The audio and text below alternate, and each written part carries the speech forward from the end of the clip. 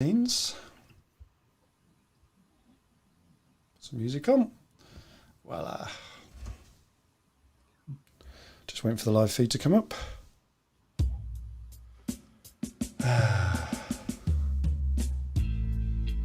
Can't see the live feed yet.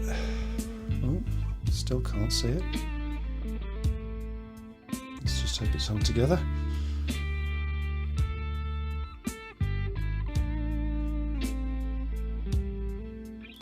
Well, it's saying we're live. Can't see that we're live right now. Bow, wow, wow, little, little, little.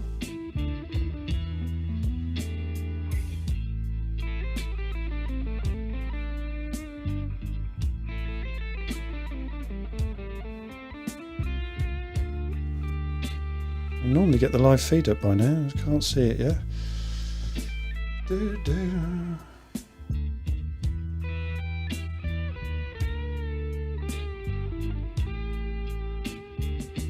Yeah, we're on. Lovely. I was worried whether we were on or not at the time, but we are. We're all there, I think. Down.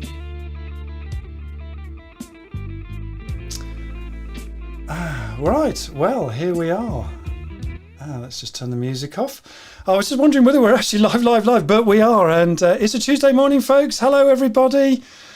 It's a Tuesday morning in the UK anyway, folks. And it's just after 8:45 in the UK. And we are live. Spreading the love, folks. Spreading the love. We're streaming out on LinkedIn, YouTube, two Facebook groups, Twitter. You name it, we're streaming on it, I think. So my guest today is Sharron Moffatt, mental health expert and professional personal trainer. And today we're talking about shining a positive light on the power of hope to overcome. So I'll come to Sharon in a minute, but well-being and mental health, these are top agenda items, folks, in our new normal world that we're living through right now. And previous guests such as David Rogers and Kathy Heath, they've both talked about mental health and well-being from a business perspective. And I've had other guests talking about personal perspectives. And today we're really focusing on the personal impact of well-being and mental health with Sharron Moffat. How are you doing, Sharon? Morning. Morning. I'm very good, apart from the fact that it's really dark. It's really dark, in the UK, yeah. Anyway. We were just talking earlier, folks, that we've both got these sad lamps. These lamps that help you to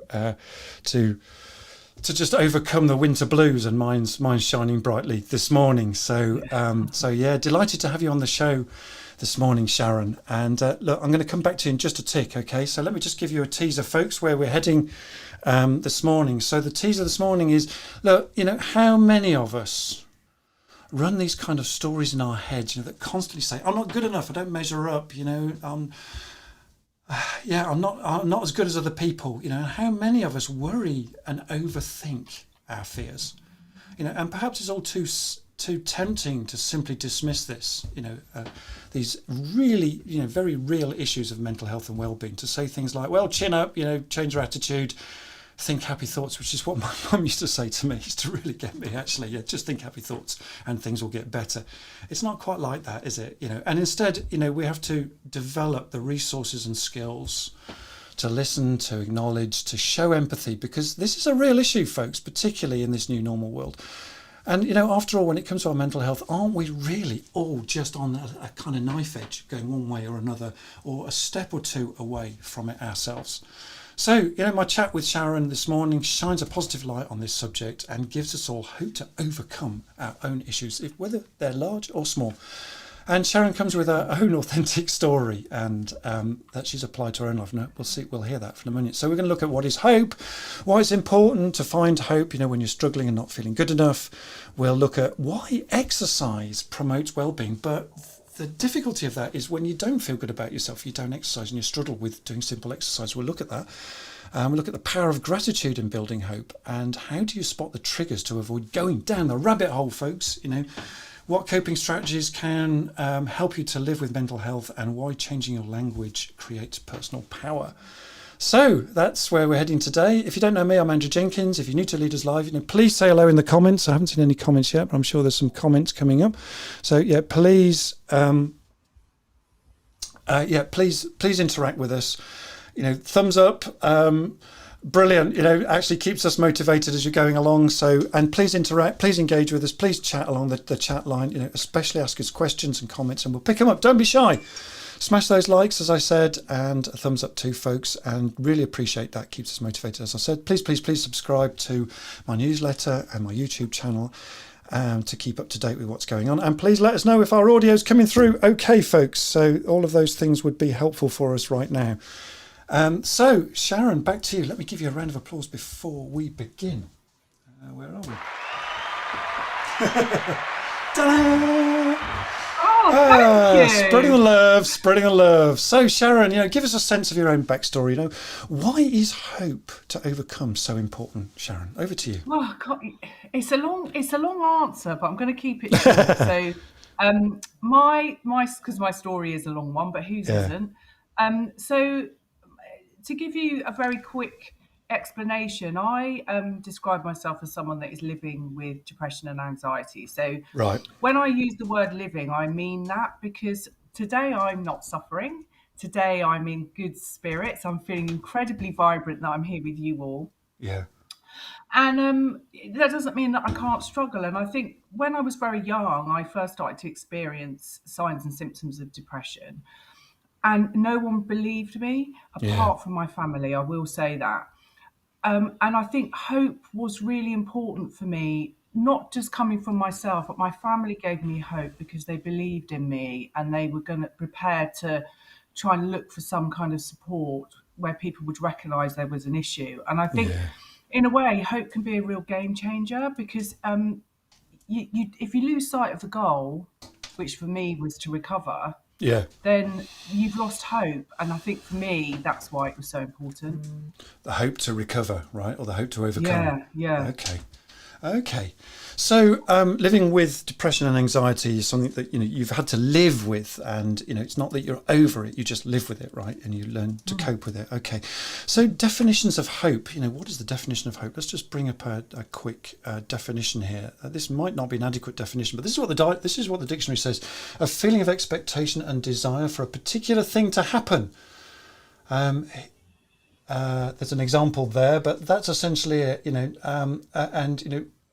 wants something to happen or be the case. He's hoping for an offer of compensation as an example. What say you, Sharon? What's your definition of hope?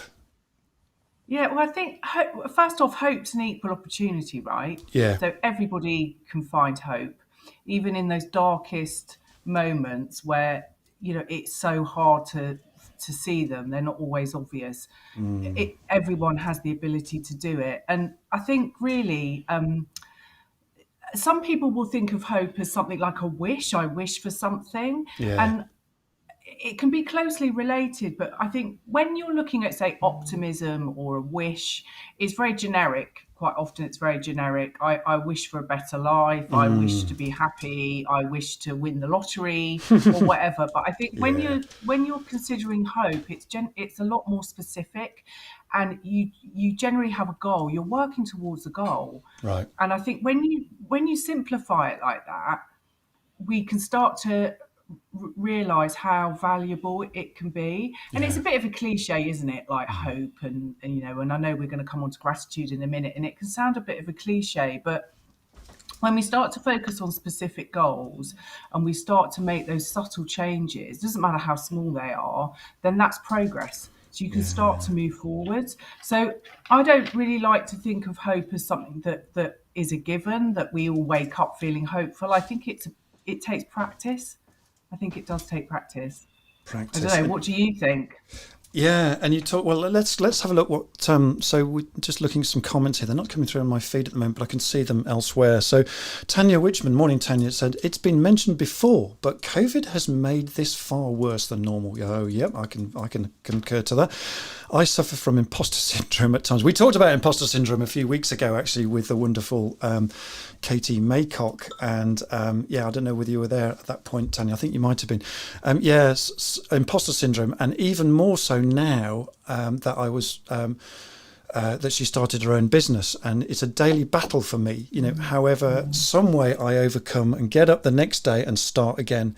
So although I have a lot of negative self-talk, at times I do have the grit to try again and again and again. Is that kind of where you're heading? Is that what you're saying? Yeah. So I think, it's really easy to look to see what we see as being obvious. So I'm self-employed as well. I think most people that run their own businesses would have struggled at some point over the last 2 years. And it's very easy to think this just isn't working. I don't know what I'm doing. I feel very alone, which I think when you run your own business, it can be very lonely. But I think you've got to try and look for the value in those tiny successes. It doesn't matter how small they are. So, it could be as small as, well, I got invited to be on here with you today, Andy. That's a success, isn't it? I like that. Find value in tiny successes. So even if that's just getting up in the morning, I was coaching someone the other day. So I'm a fully qualified psychotherapist as well, and I was talking to somebody, and they were saying, God, the biggest challenge for me is getting out of bed in the morning. And that was her challenge, right? So that's not a big goal, but it was to her. It was huge to get out of bed. And her hope is, look, if she could just just get 5 minutes of getting out of bed, that's something on that day. And then if it's 10 minutes the following day or whatever, little steps of hope sometimes if we're really in that dark place, right? Yeah, so powerful. It's so powerful what you've just said there. So I live by what I call the 5-minute rule. The 5-minute rule. Tell us about the 5-minute rule. Yeah. So the 5-minute rule is, I struggle in the mornings as well. I think a lot of people that struggle with their mental well-being, getting out of bed is a real challenge. And I have to say to myself, right, just 5 minutes, just get up for 5 minutes. 5 minutes. Even if all you do is get out of bed and make a cup of tea and get back into bed, that's more than you perhaps would have done otherwise, or more than you maybe did even yesterday. Wow. And that's progress. So that's where you're looking for those hope in those small successes. And then tomorrow you might turn the shower on. You might not get in it, but that's still progress. It's the tiny steps, because they all add up. And then suddenly you look back and think, all right, okay, that I've done quite well over the last few weeks. And I think those tiny successes keep you going. I know personally that's absolutely what got me out of bed and allowed me to work through recovery, for sure. Yeah. So actually celebrating those small steps, no matter how small, is big for you. They might not be big for everybody else, but bear in mind we're in you can be in a dark place, right? But it's interesting that you talk about the mornings. Is that something for a lot of people that is a big struggle? Is that a generic, or is that just different people have different things? Yeah, it's not generic, but when you are, so if I can use depression as an example, because that's what I experience. Okay. You naturally have lower levels of what's called dopamine, which is one of the neurotransmitters in the brain, which motivates you. Now that's already depleted, so you've kind of it's not laziness. It's simply your brain telling your body not to move. You've got to try and fight that. Yeah. So it's very common, and particularly, I think, whether you experience a mental health issue or not, mornings, because your body clock changes, you've not got the sunlight to wake you up, it can be a real challenge for sure. And that's where, we were speaking about light boxes, weren't we? And how they can be really beneficial. So yeah, it's very common. It's very common, but it doesn't mean that you can't work towards improving it. Yeah, and you talked about dopamine and sunlight. That's also, I think serotonin is affected by sunlight as well, isn't it? So both of those neurotransmitters, which are, feel-good factor transmitters, put very, very simply, are depleted in the winter months, and things like vitamin D and sad lamps are helpful tools to help us to get through those winter months. And even worse if we're in places like Sweden, right? Where it's darkness most of the winter. Okay, so interesting. Thank you. So thoughts from the audience, please interact with us. Thank you for your comments, Tanya. And, good morning to Obadan, and Maria's had to miss the show this morning, but thanks for saying for saying you're going to miss it. Cecile, good morning, Cecile Melville, and Sarah Hughes, and my mate Stuart Betteridge, good morning, everybody. And Angelique Bradford, fantastic to see you all online. No, keep your comments coming. We'll pick them up as we're going along. We're not getting them directly in the feed this morning, but I'm picking them up elsewhere. I've got my mobile phone. I'm scrolling through at the moment. So if you see me slightly distracted, I'm kind of scrolling through the comments to see if I can pick them up. So, look, I know that you do personal training as well, Sharon, and you're a personal trainer as well as a mental health expert. Talk to us about that linkage between the two, that, exercise and well-being and that whole thing about mental health, and the kind of difficulties of doing exercise if you're not feeling, top of the morning, as it were. Yeah. So I think firstly, people imagine that when you're a personal trainer, you're almost like Superwoman, right? So you spring I out of think you're a bed, do superwoman. 50 press-ups, Yeah. do 50 press-ups, go downstairs, neck a smoothie, and you're full of it for the rest of the day. And for me, certainly that's just not true. Right. But I discovered how exercise made me feel good very young. I Yeah. used to walk to a leisure centre and swim. And I went there with no expectation other than I was going to stay in the pool for 30 minutes because I just wanted to do something, after school when all my friends were doing activities and I wasn't. And that's basically how it all started. So I exercise for my mental health these days.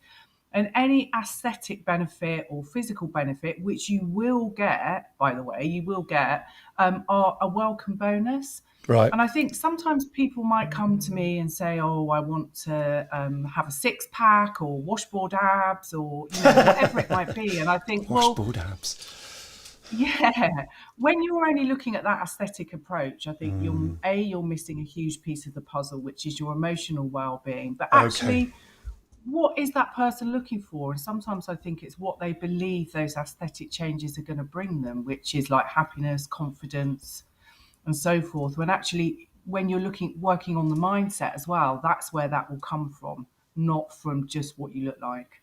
Yeah. So I don't know if that makes sense. It does. It does actually, because a lot of people, probably including myself, actually. I remember looking at myself in the mirror in 2019. I was doing a presentation, and I suddenly looked at myself in this big mirror that was in front of me, and I thought, God, I've put on a huge amount of weight. I am actually fat. I need to do something about that. So there and then I decided, right, I'm going to lose 2 stone in weight. I don't know why I'd thought 2 stone, but I thought 2 stone, that's what I'm going to lose.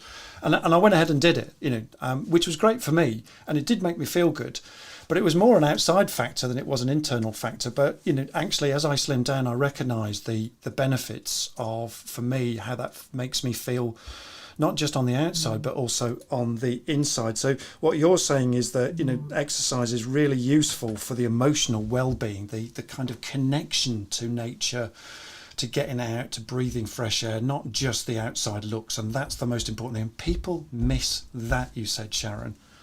Right. Yeah. Thank you for that. I think you're missing out on the well-being. And I think, if people talk about what we call in the fitness industry as like the sad step, which is the weighing scales, the dreaded weighing scales. Sad step. And we could walk somewhere and feel quite positive and think, I'm going to weigh myself. And then those scales might say you are slightly heavier, maybe a couple of pounds or a kilo, and suddenly your mood will change like that. Yeah. Generally not in a good way, when actually 5 minutes ago you felt okay. Well, what's changed? You look the same. Just the number on the scales, what's right? Changed? And it's your mindset that's changed that. So I think when you start to take a slightly, not a different approach, but you focus on the way it makes you feel, it's a lot easier to get those aesthetic changes for a start. Okay. It's definitely a lot easier because your mindset's more positive. So that sad step, should we be doing it regularly or not? Then in that case, because if that makes you feel bad, you're crashing down on on a number, right? But people do. Who am I to say, right? Yeah. Who am I to say? I think that if you've got a specific goal and your goal is to lose weight, then by all means weigh yourself for sure. Yeah. But don't get fixated on it. Weigh yourself the same time every week, once a week. Don't get on those scales wishing, this is where we're going with this, wishing that you have made a change. Go there with the hope, which is the knowing that you've set that goal and you've stuck to it. So you go in there with this positivity of hope to look for those changes. Whereas if nothing's changed and we think, oh, maybe, maybe if I didn't eat last night, I might weigh a bit lighter. Yeah. Slightly different. So go there with that intent of that goal and reaching it, rather than not really changing very much and hoping for the best, or wishing for the best. I should change that. Wishing for the best. Wishing for the best. Okay, I'm just going to jump into the comments for a minute. So Cecile says, look, totally celebration and not comparing ourselves to others. We're going to get onto that, right? But yeah, let's go there now. And thanks for the testimonial. Cecile says, very brave testimonials. So tell us a little bit about this whole thing about comparing ourselves. And I want to move to Sarah Hughes's comment in a moment. God, I think we all do it, don't we? Yeah. I think we all do it. We're in a world right now which is full of social media, full of comparing. There's very much a sense of likability on social media, and what I mean by that is, the more likes you get on something must mean that you're successful. It must mean you're really liked. It makes you feel good, right? Yeah. But not everybody gets that, and I think that the currency of likes isn't reality for a start. It isn't. Absolutely. But, yeah, but self-talk is so important, but it's really hard when you struggle. I mean, I grew up, and I'm probably still feeling it a bit now, if I'm honest, but, I'm not good enough. Yeah. I've always had this underlying feeling of I'm not good enough. I don't measure up. I don't measure up to anyone else. And I was desperate to fit in and measure up, really. And me continually saying that, whether it was true or not, a belief is a thought you keep thinking, right? So the more you kept thinking it, the more I kept saying it in my head, the more real it became. And it wasn't really till I hit 40, which I'm not going to tell you how many years ago it was, but it wasn't last year. But when I hit 40, that changed. And I thought, you've got to try and change it. And I've actually I think I said to you, I've got that magnet on my fridge that says, I am good enough. And I think that's so important, because whether you believe it or not, the more you keep saying it, the more likely you are to just start to believe in yourself. Because it serves us no purpose to have negative self-talk. No, that whole self-love thing that Cecile mentioned, support, love, and have a goal, I think is where Cecile, if I've read that correctly. Yeah. And yeah, that whole thing about negative self-talk, the language we use about ourselves, I was going to come on to this, but we're here now. So the language we use about ourselves is so insidious, isn't it? And we can set up our day with a story in our head to say that we're not good enough. Or we can set up a different story, right? And I'm not suggesting make-believe, but, for example, we can change the dialogue ever so slightly and really subtly. So, I'm not good enough yet. I've heard that phrase being talked about. That's not good enough for me, actually, because that still puts you in I'm not good enough. My preference would be, look, I'm learning to be good enough. Change the language a little bit, and make it into a process. So it's not your identity. It's something you're learning. I'm learning to be good enough. I'm learning to, what was the other word that you used, comparing yourselves to others? I'm as good as other people. I'm learning to accept myself as I am. I'm learning to be the person I am meant to be. I'm learning to be my best self, which would be something that Sarah Hughes is going to talk about on the 21st of December, being your best self. We can talk to ourselves differently. There's a different narrative we can use in our brains, and it doesn't have to be make-believe. We can literally say, I am learning to be good enough. What say you, Sharon? Yeah, I totally agree with you. I mean, I think, those feelings of failure can be really real, can't they? And, failure, yeah. what is failure? Because, failure is nothing really. It's, I don't believe in failure. I know it sounds a bit cheesy, but it's, that we all learn by lessons, right? But I think when you are constantly trying to measure up to somebody else, are you being truthful to yourself? Are you being truthful to yourself? And, I wouldn't talk to my window cleaner. I love my window cleaner, by the way, but I wouldn't talk to him. What I'm saying is I wouldn't talk to a stranger the way I talk to myself.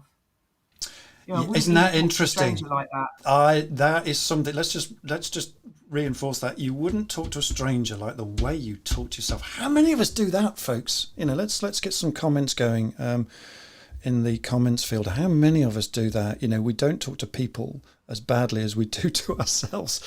And this whole thing about failure. What is failure? There's in NLP terms, neuro-linguistic programming. There's a thing that they use for language change, which is called presuppositions, and you presuppose something else. And the presupposition on failure is, look, there is no such thing as failure.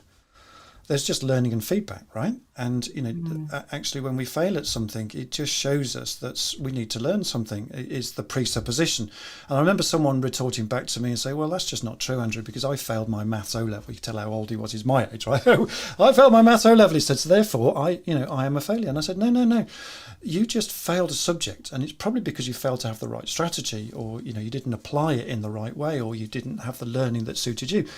For whatever reason, it's not about you, it's about what you did. So it's not something personal. And the thing with failure is, and the same with our inner self-talk, we take it so personally because we overgeneralize it, and it becomes who we are, not a behavior that we're demonstrating, right? There's a difference between how we behave and the identity of who we are. Yeah, what do you reckon, Sharon? Is there something in that?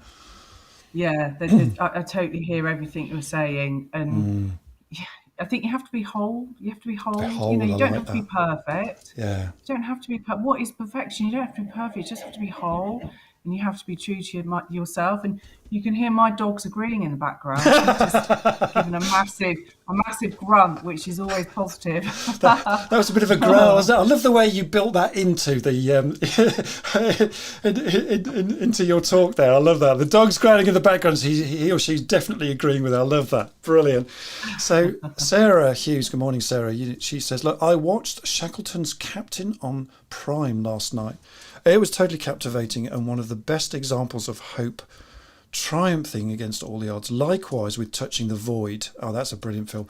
And also Viktor Frankl's Man's Search for Meaning. All of those things. You could take away all my dignity, but you can't take away my internal thoughts, was, I think, the thing that Viktor Frankl got left with in concentration camps in Nazi Germany, right, back in the 40s. Interesting. Yeah. And can I give you, there's an example I would like to share with everybody. And I don't know if Please. everybody would know the actor who sadly is no longer with us, called Christopher Reeves. He was well known for being Superman. Superman, yeah. And he, for those of you that don't know, he fell off a horse and it left him with serious spinal cord injuries where he was quadriplegic. That's right. And he made a very conscious effort after that he was going to stay hopeful for his future. And for him, he said it was a game changer. And it's what led him to starting his foundation, which is the Christopher and Dana Reeves Foundation, where they fund research into recovery and a cure for spinal cord injuries. And he says without that hope, he would never have gone on to do that. He would never have gone on to he still directed films. And he said that he was, even though he had these life-changing injuries, he still felt happy, and he contributes all of that to hope. And I think he's a really good example because you can imagine the life change that he would have had to go through. I couldn't imagine. I can only imagine it. It wouldn't. Yeah, frightening, isn't it, to think that one day you just had a simple accident and you're not the same person anymore. And yet he has found some light at the end of his tunnel to do something about that. And he can't change the situation, so he might as well do whatever he can with what he's got, right? Yeah, he just made a very conscious effort that he didn't want to burden his family. And he said, I do not want to be a burden, so I'm gonna change the mindset, really. And that sounds so easy. You just flick a switch and turn your mindset. That just doesn't happen in reality. But he what I'm saying is he had a goal. He had a goal that he was going to set up this foundation and he was going to make it a success. And then on the back of that gave him strength to do other things. And I think that's the message in that story. Yeah, Cecile supports that. She says support love and have a goal. Absolutely. Those are key Kindness. things. Kind. I was going to come on to that actually. Let's do that now. So let's talk a little bit about the power of gratitude and kindness. That helps us to. How do we apply that to hope in our own lives? Then, Sharon. Well, I think gratitude is slightly different. Gratitude is very much a cliche, and I think gratitude is really valuable. But grateful for what, right? So you don't have to keep a journal. It's a very positive thing if you do. Some people love writing journals of things they're grateful for. I don't personally do that. When I go to bed at night, I think of 5 things I'm grateful for. Now, when I say 5 things, I'm not saying, oh, this was good, that was good. I'm grateful that my senior rescue dog is still lying next to me in bed. I'm And grateful barking that when he came wants on. to. Yeah, I'm grateful that I came on Leaderslive breakfast show this Whoop, whoop, morning. whoop, whoop. So yeah, there's small things, Small but things. just find that there's little glimmers of hope, aren't they, in the day? But I think we have to, and I feel I have to bring this up. We have to be very careful that we don't tread on this very fine line of like sort of negative positivity, where people will say to you, well, you should, why are you unhappy? What, you should be grateful. You should be grateful for everything you've Chin got. up, right? Think And I happy think when you thoughts. say, yeah, Yeah. and you're dismissing somebody's feelings as Yeah. being truthful, which is really unhelpful. But B, you're also making somebody feel like they shouldn't feel the way they feel because they've got the house, they've got the car, whatever it is, and you're devaluing that. And I think sometimes you see these memes, don't you, in these gratitude kind of posts and stuff, and it's almost like, I read one recently and it was called, it said, choose your hard. I think I might have mentioned this to you, Oh, Andrew, yeah. before. Choose your heart. And it Yeah. was like, yeah, hard. Marriage is hard. Divorce is hard. Having kids is hard. Yeah. Tell Being me grown about it. up is hard. Life is hard. Choose your hard. And I'm like, well, I didn't really get the message in it. And I thought, well, everybody will struggle. Everybody struggles, whether it's for 5 minutes, for a day, for a week. Everybody will struggle, and I think we need to value those feelings. And people should not be afraid to express how they feel. And I think that's the key. People shouldn't be, people shouldn't be stigmatized really for perhaps struggling when on the outside they appear to be having everything. Which what is everything? What does that mean? That means different things for different people, doesn't it? Yeah, it does. Yeah, no, you're right. I like the way you said it. Growing up is being hard. I can identify with that. Yeah. But when you're looking at gratitude, I think people will say, well, how can you find hope? How can you find hope in the darkest moments? And I think that expressing your emotions is really powerful there. Allow yourself to express your feelings. And you're looking for those possibilities, not the limitations, no matter how small. So it is possible that I get up for 5 minutes. That is possible, rather than I can't move today, I'm really struggling. Look for those possibilities. And something I really love is looking for hope in unexpected places. Hope is all Oh, I around us. It like could be in the that. playground, in the school. I love it when I walk my dog. I love walking my dog, even in the rain, because I will often see people who will smile at me to give me hope. I see people laughing. You chat with people, you see, quite often you'll see dogs playing, and it just lifts your mood.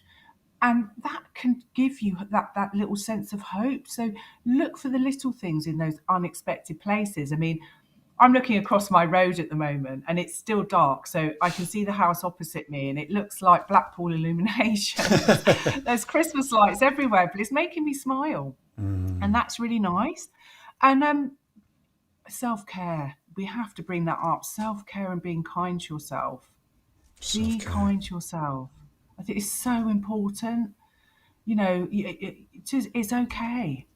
It's okay to feel the way you feel. Well, it's not okay. It's not very nice at all. Actually, it's horrible sometimes when you're struggling. But you are allowed to feel. Be kind to yourself. Like I said earlier, you know, I wouldn't talk to a stranger the way I talk to myself. I Yeah, mean, you mentioned that earlier. Yeah. yeah, it's I, really important. that whole thing about be kind to ourselves. I don't know about you guys listening, but I sometimes treat myself far too seriously. And my wife will tell me, Sarah, she'll say, Andrew, stop it! You're treating yourself far too seriously right now. Take it easy.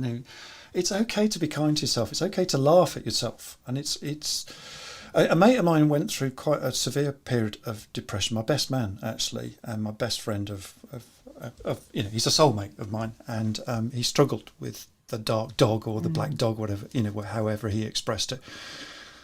And he came out the other side of that being a very vulnerable person, but the vulnerability was beautiful. There was strength in that, real strength in that. Sharon, have you got any thoughts about the whole thing about the vulnerability and just being who you are and being okay to accept that, but also to talk about it? What do you think? It's so powerful. It's so powerful because it takes guts to express how you feel to others Yeah. and not internalize it. It can be scary. Yeah. I know from experience. I mean, the first time I publicly told anyone about my struggles, which I've lived with, since the age of 11, Really? Wow. I hid under the duvet for the rest of the day. I was so petrified of what people would think. But what came with that was the most unexpected relief. It was the biggest sense of relief. And I thought, oh, I'm not the only one then. I'm clearly not the only one. And I think we mustn't dismiss vulnerability and perceive it as a sense of weakness or attention seeking. That there's always going to be those people out there. But I think when you are expressing your vulnerability, as long as there's a purpose with it, and I think that's what holds the value, right? Is Right. when your purpose is to be kind to others, to help others, maybe make others feel less alone. But I also think it's important that when we express our vulnerability, and if I can use social media as a prime example here, when you are showing your vulnerabilities or you are expressing maybe lived experience, we have to accept that there possibly comes a level of responsibility for that with that. Right. Because Interesting. you will often get people reaching out to you, and I think that's important. Tell us a bit more about that, the Yeah. level of responsibility. What do you mean by that? Let's dig into that a little Yeah, bit so I more. think so as a mental health trainer, I think for me particularly, I have a responsibility to support others, and that's Okay. just about being a good human being, right? We all Right. want to do that, but when you are sharing something, maybe an experience or a lived experience, I think it's important that we have a reason for sharing that message, whether it's to give other people hope or to make people feel less alone, or maybe to guide them towards professional supports and other supports that might help them. But you may often have other people reaching out to you or commenting, and sometimes, not having a response might not be what they needed at that moment. I think it takes a lot for people to reach out, is what I'm saying. It would be Right. like me sending you a message, Andrew, saying I'm broken today, please Yeah. help me, but Yeah. you didn't get back to me. Aha. And I think that can be a real challenge, and you don't have to, that's not me saying everyone has to do it, and I know that a lot of people choose not to openly disclose things, but I think we have to be prepared that you quite often you get inundated with stuff like that when you share a story, because it resonates with so many Yeah. people. I Exactly. mean, how powerful is that? How powerful is that? 5 years ago, we weren't even really talking about stuff like this, Yeah. and now everybody is more accepting and prepared to listen. And I think, wow, that just wants to make me almost emotional. The thought of that. There is power in people's stories, isn't there? For and Oh we get to yeah, understand each other and build trust with each other and really recognise, okay, that's the struggle. I never knew you were going through that struggle, and actually that does something to us being the listener of that, and relating it to our own lives in whatever way. Interesting. yeah. Well, I think we can always relate to something, can't we? We can always feel something. I think that really makes sense to me, Yeah. which can be really powerful. Or it's like watching a film, isn't it? Some people will be overwhelmed by it and think I can relate to all of that, and other people will be like, well, I get it, but not so much. But it's still there's still a message in the story, There's right? still a message in the story. Yeah. Yeah. I like that. So, Sharon, I'm just thinking about, we talked a lot about some of the kind of things that happen to us with our mental well-being. What happens when you get triggered? How do you spot those kind of triggers, where we go into that sort of emotional overwhelm place and we just can't sort our feelings out and we just feel completely overwhelmed or just completely lost, and how do we spot the triggers and how do we avoid going down the rabbit hole? Oh, I think I've lost. Gosh, I've been there so many. I'm still here. Can Yeah, you yeah, it's hear all right. You me? just went blank for a minute. Well, That's all right. I've been down that rabbit hole. Been I've down been that. down that rabbit hole so many times. I should know a way out off by heart, but one size doesn't fit all. So One breadcrumbs size along the doesn't. way. Yeah, one, yeah, one size doesn't fit all when it comes No. to recovery. It's very Okay. different. So I think we need to consider what works for you, but it's about noticing those triggers. You've got to be self-aware to notice them and not ignore them, and that's why expressing your emotions is important, because when you do that, you are becoming more aware of what triggers you. And I think that's where I see the value in that. and it's different for everyone. You know, for me, when I recognise those signs, I have a support network around me that also will recognise them, and they Support will step network. up. Yeah. Community is so valuable, whether that be your sister, your mother, your best friend, your neighbour over the road. One of the many supports available globally that can help you just by listening. And I use Yeah. the word just lightly, because listening isn't something we should just do. It's incredible. We know it changes lives. Right. Yeah. And just so, yeah, having that support network, a community of people around us, or even just someone to talk to, right? So when we Anyone. feel vulnerable or we feel we're going down a rabbit hole, we can reach out to somebody and kind of go, can you help me? Can you help me see this slightly differently? Or can we, Yeah. can you help me just by talking this through? Can you just listen to me? I don't want a solution, but I just need to talk it out. Is that what you're saying? Yeah, and I think the issue with that though is everyone likes to think we all like to think we're good at listening, don't we? But I think how many, I mean, I do, I'm terrible. I love a chat, I could like a but good chat, right? sometimes, yeah, but we need to look at how many of you feel uncomfortable in silence when then there's silence in a room, or you're talking to someone and you have those kind of, some people might say awkward Those awkward silences and moments. gaps. Yeah. We need to get comfortable with not trying to fill those. Okay. And if anyone's like me, we're a fixer. I'm desperate to fix people all the time. Yeah. But in doing that, you're not giving them that space to talk and express how they're feeling. People don't want fixing. They just want somebody to say, you know what, I don't completely understand, but I'm just really glad you've told me, Yeah. Just because I'm going to hold li- your hand, listening deeply, literally right? or not. Yeah, listening Deep with listening, empathy. yeah. Yeah, deep listening. Yeah, level 3 listening, I think it's also known as. Yeah. Yeah, interesting. Yeah, thank you for that. And look, we're kind of reaching a time when we need to sort of wrap up, and we could just talk forever about this particular topic. Sharon, what kind of if this is the right word, what hot tips, what tips have you got to help us to build hope to overcome, our own mental well-being obstacles, Sharon? What kind of tips have you got for us? First of all, be self-aware. Be Be self-aware. aware of how you're feeling and express it. Secondly, I would say be kind Be to kind. yourself and to Yeah. other people, because it feels nice, doesn't it, when you do nice things for other people, whether it's a smile Yeah. at the guy in the coffee shop, or it's a wave to your neighbor over the road. When kindness is can be small gestures, but it makes you feel good. Yeah. And trying to have some kind of optimism. And when I say optimism, for those small goals, and I'm a real believer in those small, like 5-minute rules. It could even be a minute rule. It doesn't have to be long, but focus on those goals, those small optimistic goals of Love that. today. I'm just going to get out of bed. That's my only goal today. I'm just going to get out of bed. And that's it. And that's progress. I think it's so powerful, but just be kind. Just be Be kind. kind. So To yourself mainly. To yeah, yourself yeah. mainly, Andrew. Be kind to self. Got that? Self. Okay. So be self-aware. Be kind to self. Connect to others. I think you mentioned earlier, which I've just you mentioned part of the kindness thing. And find those small goals. Those what you call the 5-minute rule goals. To Yeah. small optimism, small optimistic goals. Find those, even if it's just a simple thing. Simple things build up to more better things, more betterer things as we go along, little by little, step by step. Okay, Sharon, thank you ever so much for coming on the show this morning and talking, and highlighting so much to us and so much richness. Thank you for sharing your story as well. Folks, I hope you found that a useful topic and further food for thought. And thanks to Sharon for that really interesting perspective. I'm just going to change scenes for a minute. Just bear with me. Let's pop Sharon back side by side here. Yeah, okay.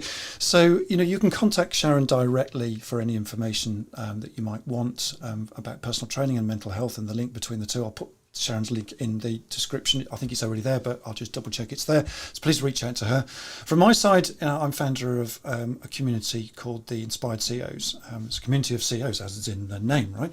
And if you're a CEO or a business owner with staff, then we'd love to invite you to a free week or two to join our community to experience our game-changing conversations and our hot seats, and simply contact me for more discussion on that. And also, please contact me if you want to talk about developing high-performing teamwork work in your business, and you can find more details on my website. And that's really what Leaderslive is about. We talk about these kind of topics and anything to do with the people factor, because I set up Leaderslive with this purpose to edutain, to explore high performance topics via informal, fun, back and forth feedback, back and forth chats with interesting people, like we've done with Sharon this morning, on a subject of mental health, which is massively important in today's agenda, about listening and empathy to people. These are all high performing traits as well. And so we can succeed in our businesses and in our business lives and in our general lives, in these rapidly changing times that we're living through, in these post-pandemic world, this new normal, this technological world that we're living in, that's rapidly changing in pace day by day. So please subscribe to my fortnightly newsletter. You can find that on LinkedIn, about Leaderslive, the upcoming events, interesting features that I feature, and a link to what, and the link will be in the comments field as well. I've already put that in earlier, but I'll pop it in again now after this show. So thank you very much for being with us. Next Leaderslive will be Tuesday the 14th of December. That's next Tuesday at 8:45, usual time, 8:45 in the morning, UK time. We have Emma Bramwell talking to us, ex-teacher turned CEO of a new startup venture, My Perfect Neon. You can see this sign behind me, folks, saying "Be Awesome." That's one of her signs, and she set up a business in doing these high quality signs, which are awesome in themselves. So, and I'm feeling the awesomeness of Emma Bramwell's signage there. So, but she'll be talking about ditching the employed job to follow your deepest passions, and we might even get onto her neon signs as well, which are really compelling to look at.